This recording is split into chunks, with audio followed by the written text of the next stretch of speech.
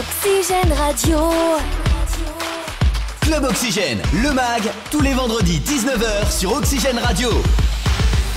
Bonsoir à tous, bienvenue dans votre émission Club Oxygène 100% sport, 100% Mayenne.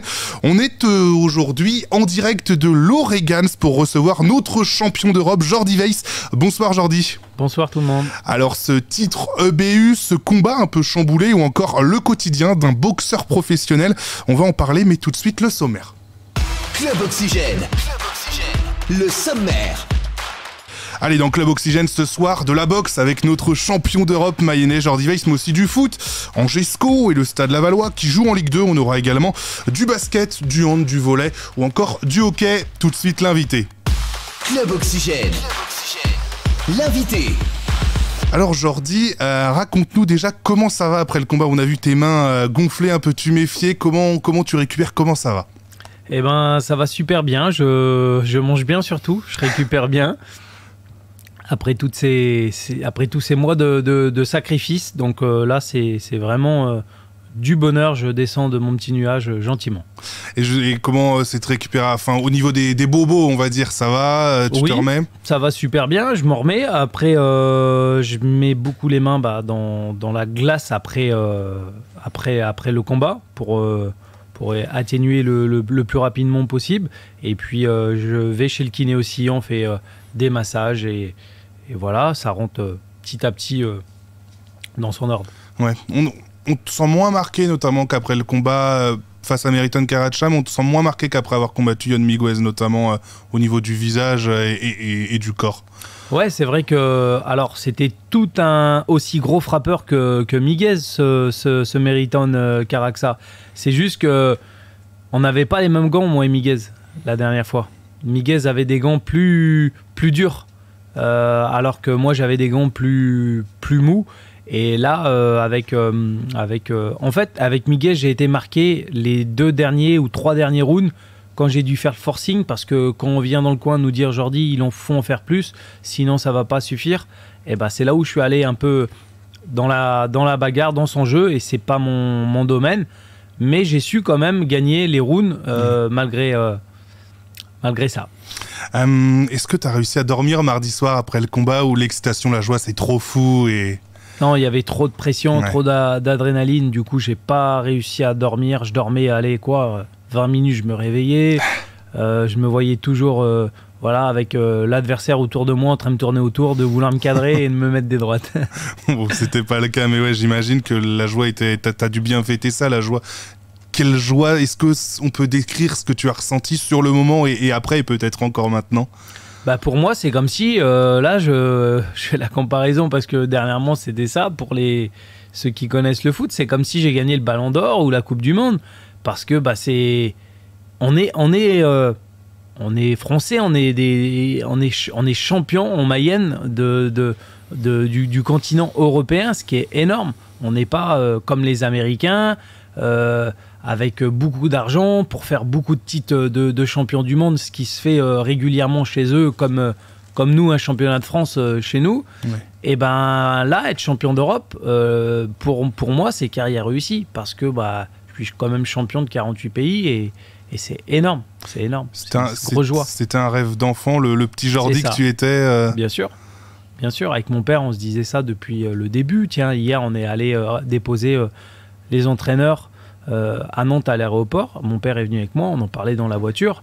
C'est que de l'émotion, parce que tu te dis, tout petit, il était avec moi depuis le début, il m'emmenait à droite, à gauche, dans tout le Grand Ouest, au championnat de France.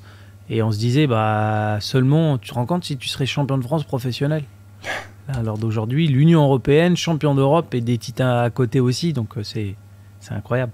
Pour rentrer un peu plus dans le combat, Jordi, comment tu as réussi à te remettre très rapidement de la défection de Yon Miguez? On le rappelle, il a déclaré forfait pour raison médicale. Tu la voulais tellement, cette revanche?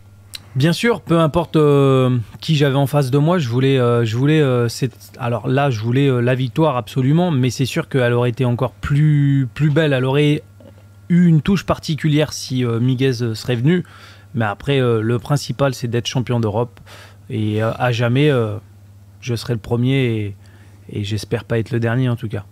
Il y a une possibilité que tu reboxes Yon Miguez? Alors mon promoteur, je sais qu'il ne veut plus entendre parler de lui, il l'a dit dans la presse aussi, parce que faire ça à 2 jours du combat, nous planter, là c'était énormément, beaucoup d'argent qu'on aurait perdu. Donc à part s'il gagne les enchères et que je suis obligé d'aller chez lui, là oui, il va organiser. Mais si on remporte les enchères, je pense pas qu'il reviendrait en Mayenne. Donc prendre des risques encore avec ce boxeur, c'est pas très bien pour les 2 présidents qui travaillent très dur pour pouvoir boxer sur Laval. On le rappelle, Yon Miguez, finalement, en déclarant forfait, il a mis en péril l'avenir du Stade Lavallois Boxe. Bien sûr. Avec ce gars-là. Et Bien on sûr. a eu la chance de retrouver ensuite Meriton Karacha, qui avait, tu le disais, tout à gagner. C'était le combat de sa vie à lui. C'est ça, il avait tout à gagner, ouais. Et il est venu saisir sa chance. Et respect à lui en tout cas. On a senti beaucoup de respect entre vous deux dans le combat. Est-ce qu'avec du recul, je sais pas si tu as revu le combat ou pas, mais est-ce qu'avec du recul, ce respect, des fois, on a l'impression que ça t'a freiné, ou est-ce que c'est pas le cas? Comment tu vois les choses? Alors moi, comme je l'ai dit à vos confrères de la presse, moi j'ai dit, voilà, j'ai tout à confirmer, lui a tout à prouver. Et il y a eu plein de choses ces derniers temps dans ma tête qui se sont passées. Fallait rester concentré. Je me suis dit, Jordi, prends pas de risques, gagne ton combat. Les gens vont se dire que quoi qu'il arrive, on est champion, c'est le principal. Vous savez, une finale, par exemple, on va voir, je sais pas, la finale de la Ligue des Champions, on gagne 1-0, c'est un match dur, serré, on se rappelle que de la victoire. Ouais. Donc c'est ce que je me suis dit. Voilà, c'est sûr que c'est pas une victoire écrasante, mais pendant des combats, il se passe des choses, des petites douleurs aux doigts, aux mains, qui fait que je pouvais pas mettre plus de droite. Peut-être des séquelles du dernier combat. Pourtant, il n'y a rien de cassé. Mais là, il va falloir vite regarder ça de plus près et enchaîner derrière. Cette ceinture, justement, elle peut t'emmener où et vers quoi? Est-ce que tu as déjà des idées, ou est-ce que tu peux... Cette ceinture m'ouvre là, actuellement, des portes pour faire par exemple, un éventuel championnat du monde. Donc ce que j'aimerais bien, c'est confirmer mon titre en le défendant contre un boxeur ou mon challenger officiel. Mais là, pour le moment, on n'en parle pas trop encore. Hier, j'ai eu le promoteur. Il m'a dit savoure, parce que là, il y a des chiens derrière qui veulent affamés, qui veulent cette ceinture. Et j'ai dit, ouais, c'est sûr que là, c'est un titre, un vrai titre que tout le monde veut. Et donc, pour l'instant, j'aimerais bien, j'en profite après la défendre et pourquoi pas faire un championnat du monde. Bon, c'est sûr qu'en Mayenne, ce sera compliqué, mais quoi qu'il arrive, en faire un déjà, ce serait incroyable. Tu pourras aller à l'étranger aussi. On parlait en off tout à l'heure de l'Angleterre notamment, ou ailleurs. Tu aimerais, est-ce que tu pourrais y aller? Là, mon nom va bientôt sortir en dessous les grosses stars américaines. Il y a Crawford, il y a des grands champions. Et moi, mon nom, il sera juste en dessous d'eux. Donc oui, alors après, c'est des Américains. Aller plus en Amérique, l'Angleterre, ce serait pour une défense de titre, éventuellement. Ouais. Mais pour un championnat du monde, aller aux États-Unis, à Las Vegas, à New York, au MGM, ce serait incroyable. C'est ton nouveau rêve après cette ceinture, maintenant que c'est fait? On n'est pas loin du but, là. Donc, il va falloir confirmer en défendant ce titre. Et puis, derrière, ils n'auront pas le choix de m'affronter parce que je vais venir me positionner et ils n'auront pas le choix de m'affronter. Donc, petit à petit, mais sûrement. Ça peut se faire à quelle échéance? Ça, c'est en année, en mois? Comment tu... Là, pas cette année. Peut-être pas l'année prochaine. Pourquoi pas, si j'ai l'opportunité. Parce que là, maintenant, ils peuvent se dire, c'est un champion d'Europe, il est invaincu. Pourquoi pas le faire venir en sous-carte d'un gros combat, genre, je ne sais pas, Fury-Usyk, par exemple, qui est en discussion actuellement. En sous-carte, vous savez, ou en main event, ce serait juste incroyable. Mais ça peut se faire du jour au lendemain. Mais je pense qu'il faudrait reconfirmer, prouver que je suis bel et bien champion d'Europe. Ouais. Parlons maintenant de ta préparation. Préparation d'un boxeur, c'est souvent obscur parce qu'on voit que la personne sur le ring. Comment tu travailles avant un combat et ça prend combien de temps à peu près à préparer, par exemple, ce combat contre Yohan Migos ou Meriton Karaca? Alors c'est sur toute l'année, je me prépare toute l'année, je prends un peu de vacances, les seules vacances que j'ai, on va dire, c'est quoi, 10-15 jours après un combat de boxe, où je me fais plaisir et puis je savoure tout ça. Mais sinon, je reste prêt, même si je suis en vacances, je cours, je m'entretiens parce que tu perds très vite et c'est très dur pour revenir au haut niveau. Donc voilà, et puis on reste prêt pour des éventuels comme là, Meriton. La preuve, il était à 2 jours du combat prévenu, mais il a saisi sa chance, il a eu raison.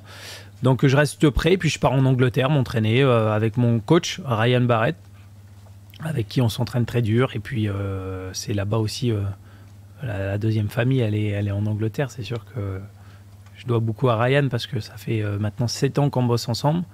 Et jusqu'à présent, ça se passe super bien. C'est quel genre d'entraîneur, Ryan? Il te pousse, il est dur avec toi? Il est dur avec moi. Ouais. Il est très, très, très rigolo. Il est blagueur et tout.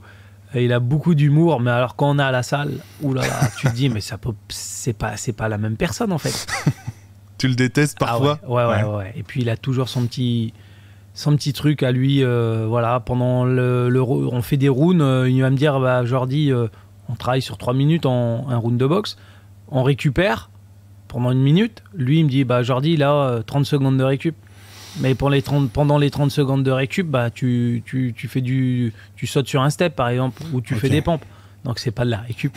Il est toujours là à me fatiguer, à vouloir me fatiguer. C'est ce qui te permet après, je suppose, d'être aussi performant sur le ring et d'être invaincu encore. Bien sûr, c'est ça, il n'y a pas de secret. Est-ce qu'après un combat, il faut du temps pour avoir envie de remonter sur le ring? Alors là, t'es moins marqué, mais c'est jamais drôle de s'en prendre plein la tronche. Est-ce qu'il faut du temps pour avoir envie de repartir à l'assaut, à la guerre? Alors, il faut avoir l'envie déjà pour monter sur un ring, parce que c'est jamais facile. On met sa vie en jeu sur le ring, on signe un papier comme quoi si ça se passe mal en cas de décès, il y a une prime qui part à la famille et tout. Donc déjà, tu te dis, oula. Oui, ça rigole pas. Ça rigole pas, c'est un sport à contact. Et voilà, donc oui, il faut avoir envie, il faut être motivé.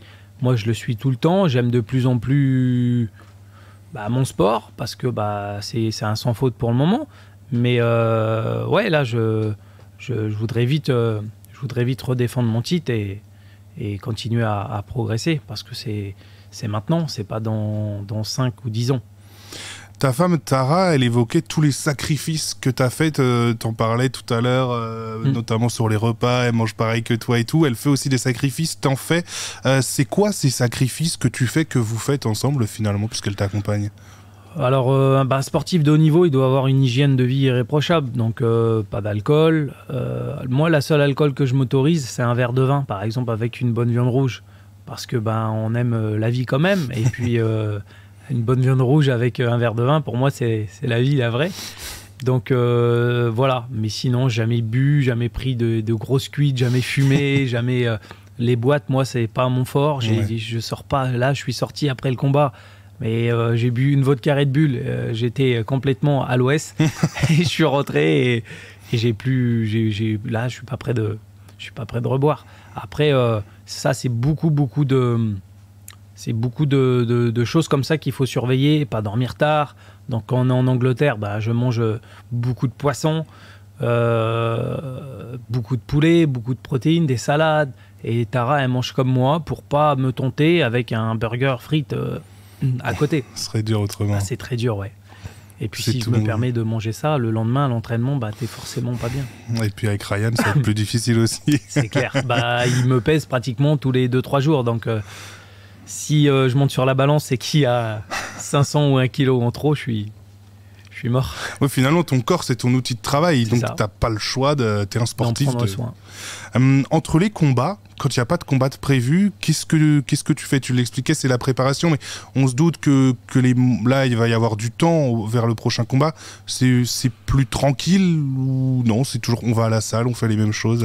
Et bah là, comme je le dis, je prends 10-15 jours avant de reprendre. Mais là, je pense que la semaine prochaine, je vais reprendre l'entraînement gentiment. Mais j'aime bien aussi les chevaux de course. J'ai une grande passion pour les chevaux. J'aime bien aller à l'entraînement, atteler un petit cheval, partir avec en forêt et être avec le cheval tout seul. Ça décompresse et c'est vraiment que du bonheur. Moi, j'adore ça. Et voilà, on essaie de s'occuper avec la famille et tout. Et puis, j'aime bien aller au cinéma aussi. Ça me détend, ouais. J'aime bien me détendre après les combats. Des moments tranquilles, oui, ouais. C'est ça. Après le combat, ça m'a marqué, tu as dit, si je vais quelque part pour me boxer, il faudra bien me payer. On parle pas de salaire en France, c'est tabou et tout. Bien sûr. Toi, tu le dis, aujourd'hui, je suis le détenteur de cette ceinture, il faut me payer pour... c'est ton gagne-pain finalement, le métier de boxeur. C'est mon gagne-pain, je fais que ça. Moi, ce qu'il faut savoir, c'est que la boxe, si ce serait... une entreprise, il y a longtemps que la clé serait sous la porte. Je fais vraiment ça pour le plaisir. J'aime mon sport. C'est vraiment... vous savez, dans les débuts, je boxais pour 1000 euros, 2000 euros. C'est pas avec ça qu'on vit et on peut pas mettre d'argent de côté. Et il n'y a pas très très longtemps, j'étais encore au RSA. Donc voilà, c'est vraiment parce que j'aime mon sport. Et là, à l'heure d'aujourd'hui, je suis champion d'Europe. Et c'est la moindre des choses qu'on me paye correctement, parce que nous, pour faire venir les adversaires, on les paye correctement. Et quand on voit les boxeurs en Angleterre qui gagnent bien leur vie en faisant ce qu'ils aiment, bah, c'est sûr que moi aussi j'ai envie. Et c'est moi le champion, c'est pas eux. Donc là, oui, c'est normal que je mérite ça. Pour finir, Jordi, je voulais revenir sur ton surnom, El Gitano, qui vient de tes racines, qui veut littéralement dire le gitan. T'es fier d'appartenir à cette communauté? On a vu le drapeau rome, le drapeau gitan avant ton combat. C'est une fierté pour toi de venir de ce milieu, d'être dans ce milieu? Bien sûr, c'est mes origines. Alors, je suis français, j'ai des origines gitanes. C'est sûr que voilà, on a un peu un mode de vie particulier, une culture particulière, dirais-je. Mais après, je suis français, je revendique mon drapeau parce que c'est des origines et je suis fier. Et oui, c'est beaucoup de valeur chez nous. On a beaucoup de respect envers les autres. Et voilà, il y a des bons, il y a des mauvais, comme dans chaque... comme partout. Comme partout, voilà. Mais moi, oui, je suis très fier de revendiquer mes origines gitanes. Merci beaucoup, Jordi. Je te propose, avant de se quitter, qu'on passe à l'interview flash. Des questions rapides, des réponses très rapides. Le premier truc qui te passe par la tête, allez, jingle. Club Oxygène, l'interview flash. Jordi, l'endroit où tu passes le plus de temps? Des fois, un peu sur mon téléphone, je passe pas mal de temps. Ton plat préféré? Les fajitas que ma chérie me fait. Si tu devais remporter un seul titre dans ta carrière? Être champion du monde. Ton animal de compagnie, si tu en as? Les chevaux, j'aime bien. C'est moins de compagnie, les chevaux. C'est sûr. On va dire que c'est ton animal préféré. Voilà. Ton rituel avant un combat, juste avant d'aller sur le ring, d'entrer dans la salle? Je prie beaucoup. Si tu étais un super-héros? Superman. Et ensuite, l'adversaire, pour finir, l'adversaire que tu rêverais de boxer? Crawford. Ok, on finit là-dessus. Merci, je te le souhaite beaucoup. En tout cas de boxer Crawford. Merci beaucoup, Jordi, de nous avoir accordé tout ce temps. Merci infiniment. Et puis je te souhaite une bonne fin de vacances, parce qu'on te dérange pendant tes vacances. Il n'y a pas de souci. Récupère bien. Merci beaucoup, Jordi. Merci Nous on passe au reste de l'actualité. Oxygène Radio. Club Oxygène, le mag, tous les vendredis 19h sur Oxygène Radio.